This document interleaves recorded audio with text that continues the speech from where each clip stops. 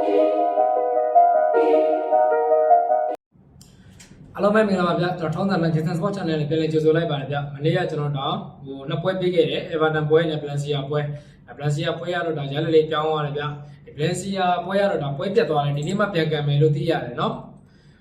ဒီနေ့ကျွန်တော်ထပ်ပြီးတော့နှစ်ပွဲရွေးချယ်ပေးထားတယ်ဒါကျွန်တော် Champions League ဒေတာအခုဒီနေ့ပြန်စကန်ပြီဆိုတော့နှစ်ပွဲရွေးချယ်ပေးထားတယ်ကျွန်တော်ရေကောGalatasaray နဲ့ Liverpool တင်းရဲ့ပွဲစဉ်လေးကိုကျွန်တော်ရေပြောမယ်ဗျာ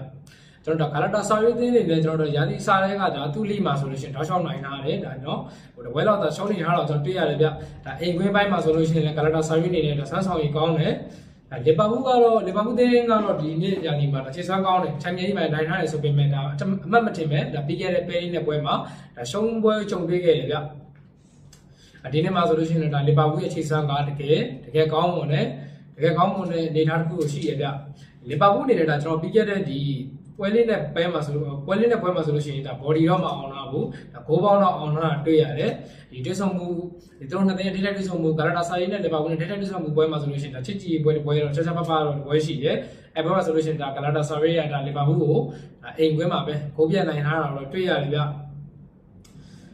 လက်ရှိ online ဒီနေ့ပွဲလက်ရှိ online ပေါက်ကြီးဆိုလို့ရှိရင်လည်းဒါ Liverpool ကတလုံးတည်ဒါဂိုးပေါင်းက385ပြားရှုံးဖြစ်တယ်ဗျGalatasarayအသင်းအနေနဲ့ကဒီနှစ်မှာဒါအိမ်ခွင်းကောင်းမွန်တဲ့အသင်းဖြစ်တဲ့အတွက်ကြောင့်Liverpoolကဒါအဝေးကွင်းကနေလာရောက်ရှင်မှဖြစ်တဲ့အတွက်ကြောင့်Liverpoolအသင်းအနေနဲ့ဒါလွယ်ကူမဲ့ပွဲလေးတော့မဟုတ်ဘူးGalatasarayကလည်းဒါအိမ်ခွင်းမှာလည်းကန်စစ်ပိုင်းကောင်းတယ်တိုက်စစ်ပိုင်းကောင်းမွန်တဲ့အတွက်ကြောင့်ဒီနေ့ပွဲလေးကဒီနေ့လက်ရှိပေါက်ကြီးရဆိုလို့ရှိရင်ဂိုးပေါင်းက3လုံးသွင်းမှဒါ85ပြားရှုံးသေးတယ်ဆိုတော့ကျွန်တော်ကဒီနေ့ပွဲလေးကိုဒါနှစ်သင်းလုံးကကောင်းမွန်တဲ့သင်းလေးဖြစ်တဲ့အတွက်ကြောင့်ဒီနေ့ပွဲလေးကိုကျွန်တော်ကဒါဘိုးအောင်လေးကိုကျွန်တော်ကြိုက်တယ်ဘိုးအောင်လေးကိုကြံပေးတယ်ဗျနောက်ထပ်ပွဲအနေနဲ့ကတော့ဒါတကယ်ဒီနေ့ Champions League မှာတကယ်ပြန်ဆိုင်မှုပြင်းထန်မဲ့ပွဲလို့ပြောရမှာဗျတီကိုနဲ့ဒါကျွန်တော်တို့ဒါ front back အသင်းရဲ့ပွဲစဉ်တွေကိုကျွန်တော်သုံးသပ်ပေးမယ်တီကိုအနေနဲ့ကျွန်တော်ဒါနောက်ဆုံး3ပွဲမှာဒါနှစ်ပွဲနိုင်တပွဲတည်နဲ့ဒါအဆင့်5မှာရပ်တည်နေတဲ့အသင်းဖြစ်တယ်ဒီ Champions League မှာတော့ဒါ Liverpool အသင်းကိုတော့ဒါရှုံးနေထားတော့တွေ့ရတယ်ဗျ Champions League ပိုင်း Champions League ခြေစွမ်းကတော့နည်းနည်းလေးအားနည်းနေတယ်ဗျဒီ front back အနေနဲ့ကတော့ဒါကျွန်တော်ဒီနောက်ဆုံး3ပွဲမှာနှစ်ပွဲနိုင်တစ်ပွဲရှုံးနေတာအဆင့်4မှာရပ်တည်နေတဲ့အသင်းဖြစ်တယ်သူ့လီမှာဆိုလို့ရှိရင်လည်းအသင်းလုံးကသူတို့လီမှာဆိုလို့ရှိရင်ဒါခြေစွမ်းကောင်းမွန်နေတဲ့အသင်းတွေမဆိုးဘူးလို့ပြောရမှာဗျတီကိုအနေနဲ့ကတော့ဒါကျွန်တော်တို့ Real နဲ့ပွဲမှာဒါ body ရောဂိုးပေါင်းရောဒါဇုံအောင်ထားတယ်ဇုံအောင်ထားတော့တွေ့ရတယ်ဒါ Real လို့အသင်းမျိုးတော့တီကိုကကျွန်တော်ဒါ9ဂိုးလောက်ထိကျွေးယူပြီးတော့ဒါဂိုးပြတ်အနိုင်ရရှိထားတော့တွေ့ရတယ်ဗျကျွန်တော်ဒါ front back အနေနဲ့ကလည်းဒါဒီလိုပဲပြီးခဲ့တဲ့ပွဲမှာဆိုလို့ရှိရင်လည်းဒါသူ့ရဲ့ပြိုင်ဘက်အသင်းတွေကိုဒါဂိုးပြတ်နဲ့ဒါဇုံအောင်ထားတယ် body ရောဒါဂိုးပေါင်းဇုံအောင်ထားတဲ့အသင်းတွေဖြစ်တဲ့ကြောင့်ဒီနေ့ပွဲလေးရတကယ်ကိုအကျိတ်နေတဲ့ချိန်ရွေးပွဲလေးဖြစ်တယ်တကယ်ကြည့်ကောင်းတဲ့ပွဲလေးလို့ပဲကျွန်တော်သုံးသပ်ချင်တယ်ဗျ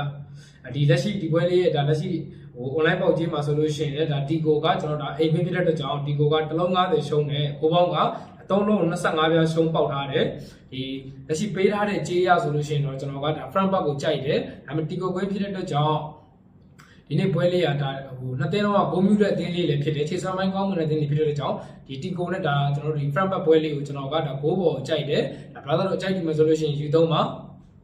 အခုလိုမျိုးဒါကျွန်တော်ဒါ YouTube မှာဒါသုံးသပ်ပေးတယ် TikTok မှာဆိုလို့ရှိရင်လည်းဒါကျွန်တော်အများနဲ့ဒါ tip ဟိုတပွဲကောင်းနေတာအများနဲ့တင်ဆက်ပေးနေတယ်ဗျ